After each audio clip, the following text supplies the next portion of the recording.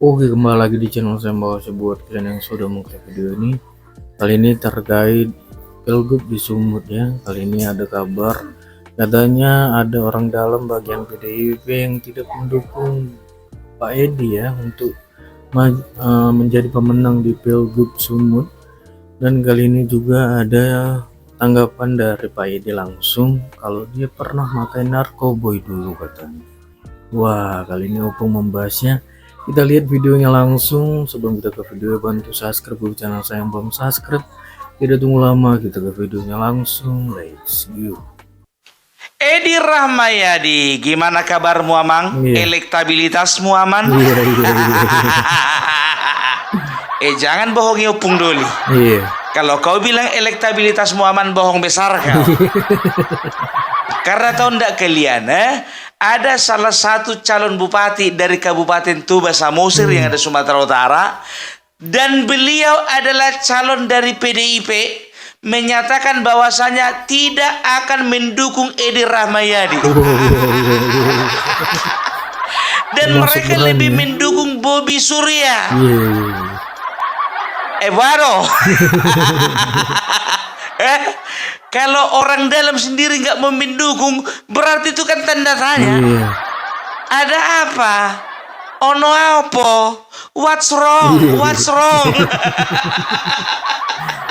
Aduh, dan tahu kalian, sudah dapat ultimatum katanya dari atas bahwasanya barang siapa yang tidak mendukung Edi Rahmayadi bakalan kena sanksi dari pusat. Dan tahu kalian apa tanggapan dari calon bupati tersebut? No comment. Karena dia sudah melihat apa lagi yang mau dipertahankan dari partai ini. Opung, kan dia itu kan mencalonkan diri dari partai PDIP, berarti kan bisa saja dia itu diberhentikan nanti. Nggak apa-apa. Mungkin dia sudah nggak peduli. mau dipilih, mau enggak, mau dikeluarkan, mau dipecat, yang penting Bobby forever. Aduh. Jadi itu lagi pula, satu pula lagi yang bikin ada satu berita. Jujur aja aku bilang tadinya aku nggak tahu berita ini. Kalian tengok dulu. Udah kalian dengar apa katanya? Pernah mencicipi narkoba. Narkoba dicicip. Kalau istrimu masak gulai ayam, kau cicip, itu baru namanya mencicip.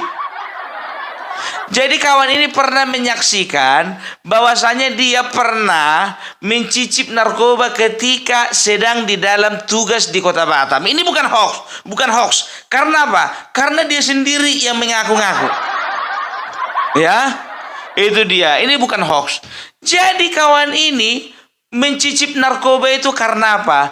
Karena dia penasaran bagaimana rasanya orang yang kecanduan narkoba.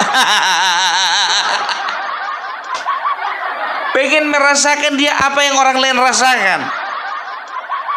Lalu dia katakanlah kan ya, pertama-tama ini testimoninya, biar tahu kalian testimoni, dengarkan kalian dulu testimoninya ini. Enggak ku karang-karang, ini dia yang bilang ya kan. Pertama-tama ketika aku hisap itu barang itu ya kan. Jadi yang disap itu kokain. Tahu kalian kokain? Kokain itu barang haram yang harganya selangit. Bukan kayak ganja, apalagi lemaibon. Jadi dia kasih testimoni lah ya kan. Jadi waktu aku hisap kokain itu, pertama-tama pusing kali kepalaku. Tapi lama-lama aku merasa seperti di surga. Bos, sejak kapan di surga ada narkoba? Kau kalau ngasih perumpamaan itu yang wajar-wajar aja lah. Kayak di surga.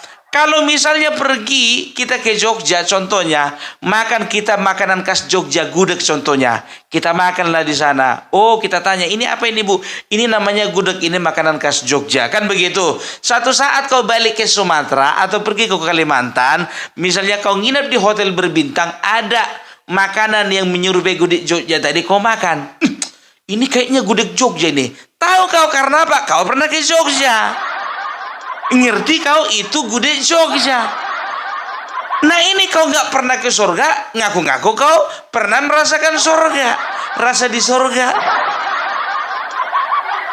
Mencicip. Bro, itu narkoba, bukan tester. Kalau kau pergi ke satu tempat pameran makanan, ya, ada di situ puding atau kue petak-petak kecil, ya, dicucuk pakai tusuk gigi atau garpu kecil-kecil, itu namanya tester, boleh dicicip. Ini narkoba kau cicip. Jadi beginilah aku bilang sama kalian Sumatera Utara, logika aja lah kita, logis aja lah kita memilih pemimpin lah. Takutnya nanti ketika ada orang misalnya menawarkan gratifikasi kayak kader orang gitu yang di Bekasi, satu mobil Pajero Sport, satu lagi mobil BMW, ya kan, gratifikasi, ya kan, enak kayaknya mobil ini, dicicip, ujung-ujungnya apa, tergoda. Lagian begini dulu Bapak, kau udah tahu itu adalah perbuatan terlarang, dilarang agama, dilarang negara mencicipi narkoba. Kok kau kerjakan? Kalau nggak bodoh namanya apa itu? Nggak perlu kita, ya ingat ya, nggak perlu kita dipatok sama ular kobra biar tahu kita rasanya bagaimana digigit ular kobra. Kan bohong namanya itu, iya kan?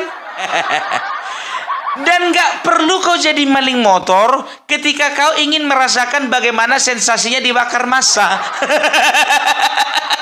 Cukup kau lihat aja kejadian. Oh ternyata kayak gini rupanya yang dibakar massa itu ya.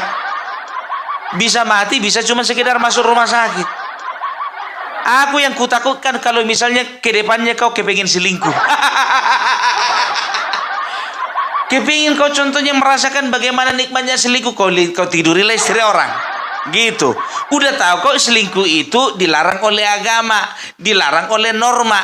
Kau lakukan juga, itu kan bohong namanya.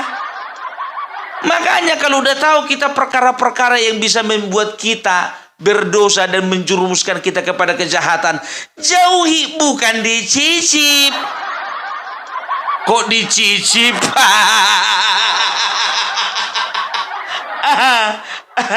Aduh, aku jujur aja lah aku bilang sama kalian ya, bagi warga masyarakat Sumatera Utara, kuserahkan pilihan kepada kalian. Serius. Suka-suka kalian lah mau kalian pilih siapa, serius. Kalau memang kayak gininya mau kalian pilih modelnya, suka kalian. Tapi aku tahu bahwasanya masyarakat Sumatera Utara akan lebih besar persentasenya memilih Bobi Nasution dibandingkan Edi Rahmayadi. Jadi ku bilang sama kalian ya, kecenderungan Bobi Nasution itu untuk menang sangat besar. Kok tahu kau Pung? Karena kecenderungan lawannya menang sangat kecil. Sesimpel itu kan? Jadi begini, agak serius dulu kita ya. Aku agak terkejut aku melihat video di TikTok, ya kan?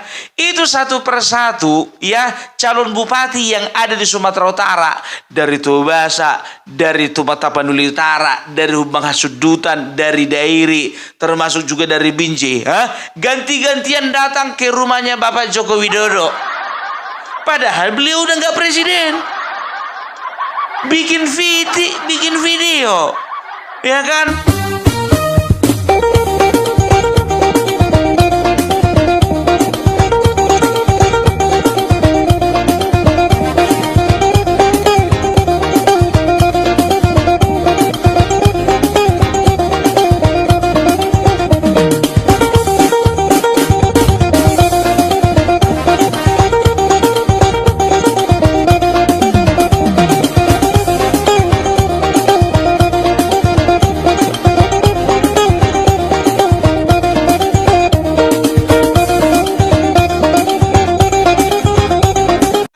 Asal Bapak Joko Widodo misalnya contohnya ketemu sama calon bupati dari Dairi, saya titip Dairi, infrastrukturnya ini dan ini yang perlu dikembangkan. Datang lagi contohnya misalnya dari Tapanuli Utara, saya titip Tapanuli Utara, untuk Tapanuli Utara tolong lagi ditingkatkan pertaniannya. Dari Humbang Hasudutan juga. Jadi saya titip juga untuk Kabupaten Humbang Hasudutan, ya, seperti food estate itu lebih lagi ditingkatkan. Itulah efeknya Bapak Jokowi terhadap Sumatera Utara. Artinya apa? Sebagian besar warga Sumatera Utara, termasuk para pemimpinnya, sangat bergantung pada nasihat Bapak Joko Widodo. Walaupun beliau bukan lagi presiden, tapi pengaruhnya sangat hebat, luar biasa. Yang kalian sebut-sebut si Mulyono itu, kalah apa? Ya, ku bilang sama kalian, ini bahaya ini. Ya, Bapak Jokowi lihat Prabowo, sekali endorse jadi presiden. Aku takutnya di endorse nanti bupati yang ada Tapanuli Utara jadi barang itu. Yang dari Humbang Hasudutan jadi barang itu. Dari Binjai jadi barang itu. Ternyata bukan Sumatera Utara aja, biar tahu kalian. Dari Lamongan ada, dari Bandung ada, dari Maluku ada, dari NTT ada. Semua berbondong-bondong dan ganti-gantian, ya, bikin video dengan Bapak Joko Widodo. Luar biasa kan? Luar biasa. Apalagi Sumatera Utara. Pernah Bapak Joko Widodo dalam satu buah videonya, ketika beliau mengadakan kunjungan di Kabupaten Dairi, beliau mengatakan apa? Saya baru tahu kalau Kabupaten Dairi ini sebelumnya tidak pernah dikunjungi oleh satu orang presiden pun. Ternyata saya baru tahu Kabupaten Dairi belum pernah dikunjungi presiden.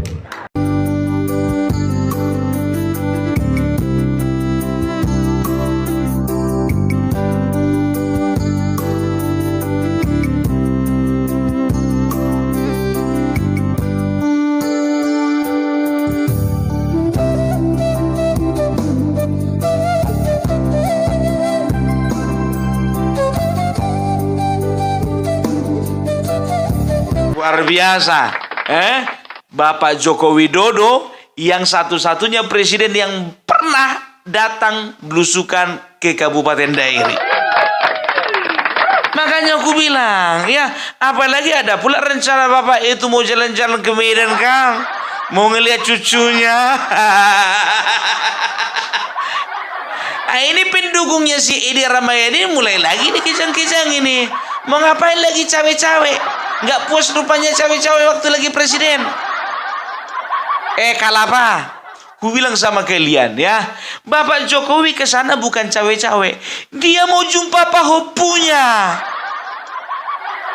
Salah rupanya kalau dia jumpa sama cucunya. Muncung kalian itu nggak bisa dijaga. Terus langsung ketakutannya kalian. Orang beliau bukan presiden lagi. Berarti itu artinya apa? Berarti ketika dia tidak menjabat jadi presiden saja pun juga kalian udah ketar-ketir kan?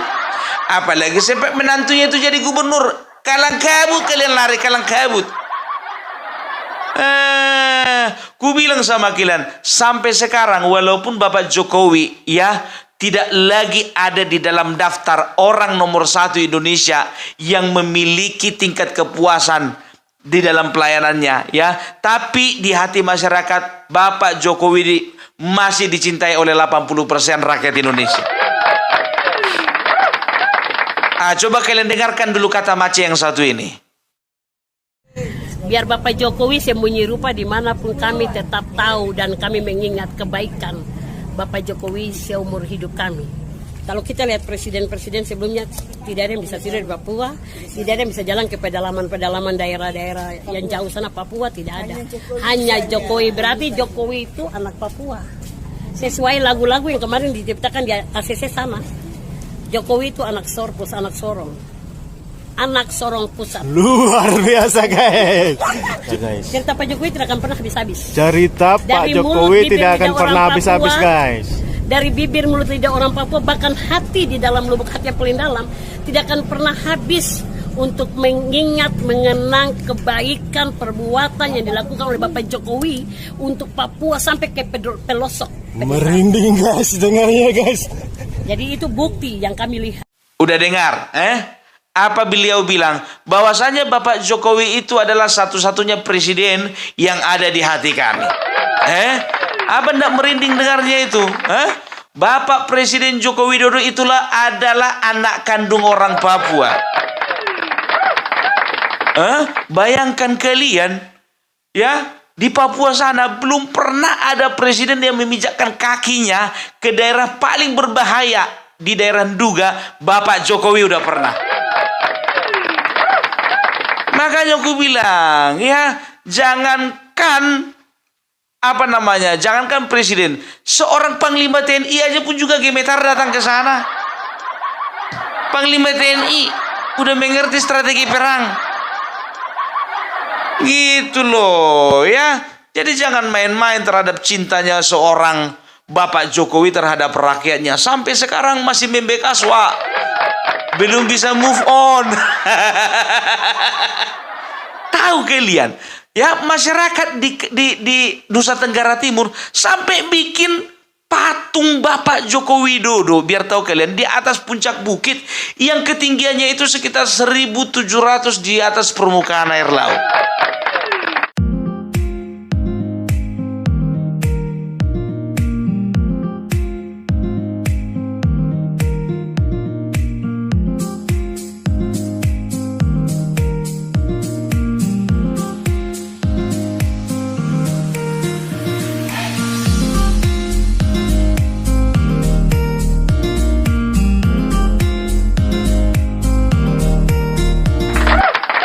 Biasa.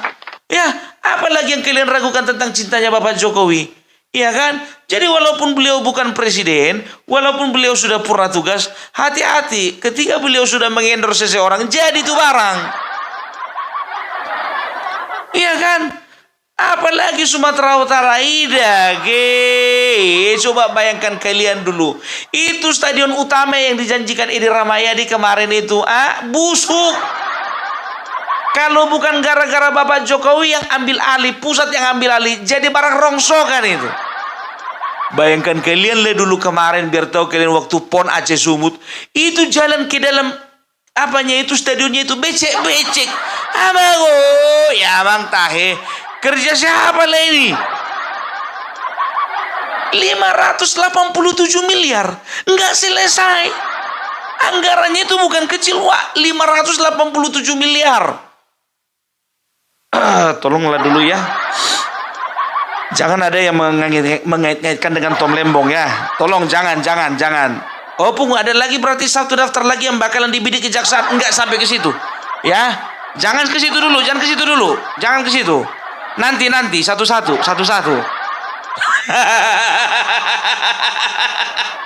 Pung, kau nuduh ya? Bukan nuduh. Tidak. Bukan nggak nuduh. Dia makan uang negara. Dia makan uang proyek. Proyeknya mangkrak, uangnya hilang tak kemana. Kan enggak aku bilang begitu. Kecuali kalau aku bilang begitu, baru aku salah. Itu dia. Awak pun tahu juga Nyai Tiga dalam bermedia sosial. Jadi itulah ya. Jadi ku bilang sama kalian, ini hari H sudah makin dekat. Ya. Pilihlah pemimpin yang betul-betul dekat di hati masyarakat dan juga dekat di hati Bapak Jokowi. Ya nggak mungkin lah lebih dekat hati Bapak Jokowi kepada Edi Rahmayadi dibandingkan mantunya sendiri. Yang benar aja dong. Iya, itu dia ya. Jadi coba untuk program apapun juga, Bapak Bobi, itu semua sudah dilakukan di Kota Medan ya. Seperti contohnya bantuan kepada fakir miskin dan juga program kesehatan menggunakan EKTP. Coba di Indonesia ini, sebutkan dulu satu persatu gubernur yang berani menjamin warganya hanya menggunakan EKTP boleh berobat di mana saja. Belum pernah. Dan itu akan diberlakukan di Sumatera Utara. Ya, banyak lagi program-program unggulannya Mas Bobi Nasution ya. Oke lah dulu kalau kayak gitu. Ini aja dari Opung Parbelak. Salam NKRI harga mati. Oh gitu ya pembahasan Opung terkait Pak Edi atau Pilgub di Sumut ya, gimana menurut kalian? Dan sampai bertemu di video saya selanjutnya.